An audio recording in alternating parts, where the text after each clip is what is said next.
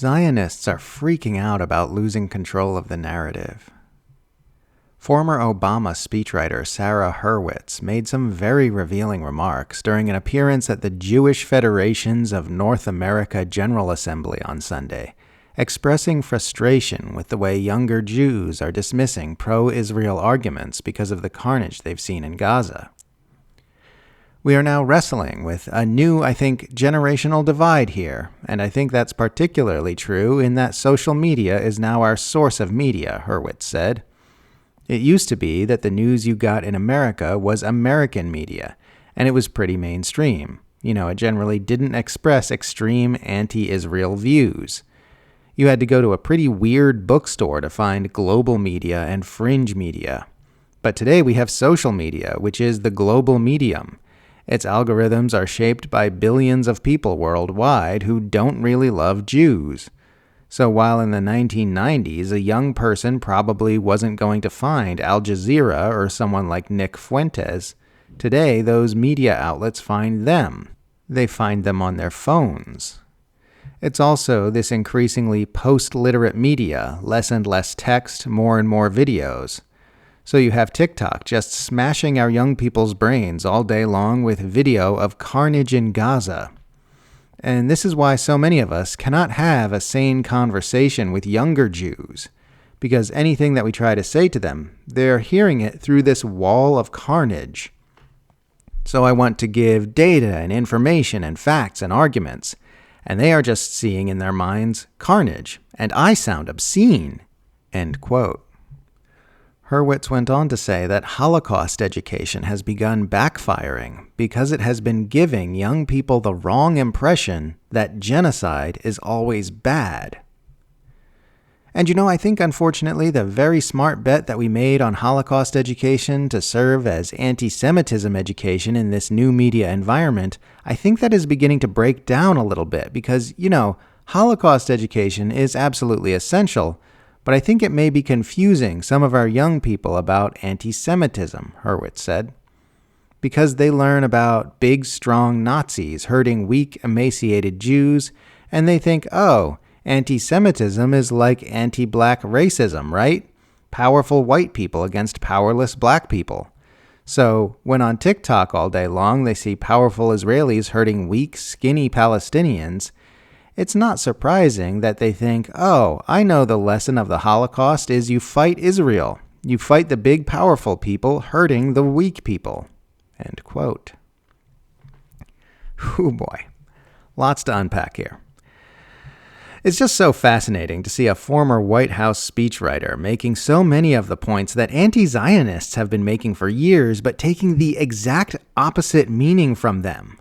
The mainstream legacy media has always hidden anti-Israel views from the public, and that was a good thing. Social media has now given Palestinians the ability to expose the truth about Israel's abuses, and that's a bad thing.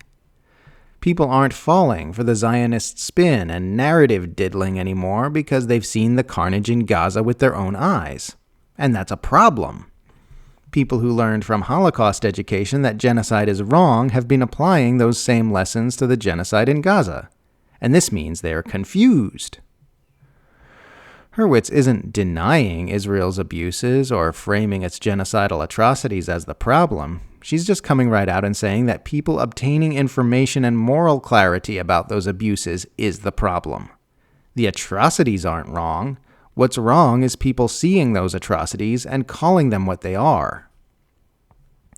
I love the way she complains that she looks obscene for trying to lay out arguments and narratives justifying the Gaza Holocaust for people who've seen the wall of carnage from the genocide. I mean, yes, obviously you're going to look obscene if you try to tell someone why raw video footage of massacres, mutilated children, and emaciated bodies is actually showing something that is justifiable and acceptable.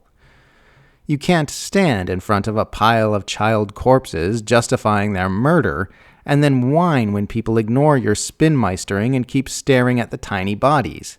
That's like murdering an entire family and telling the cops, "But you're not listening to my reasons for killing them." They are doing the normal thing while you are being obscene. There's a viral clip of this tirade going around on Twitter, and I was curious if Hurwitz had said anything after the video segment ended which might have made what she said sound less horrible. So I went to check out the original video on the Jewish Federations of North America's YouTube channel, and nope, it did not get any better. Hurwitz went on to say that people are wrong to carry the lessons of Holocaust education into opposition of Israel's genocidal atrocities because the Holocaust was Nazi Germany blaming Jews for all their problems in the same way people think Israel is the source of all the world's problems today. She then mourned the way Western Jews, quote, reimagined Judaism as a Protestant-style religion in order to integrate into Western society rather than retaining a strong identity that is loyal to the State of Israel.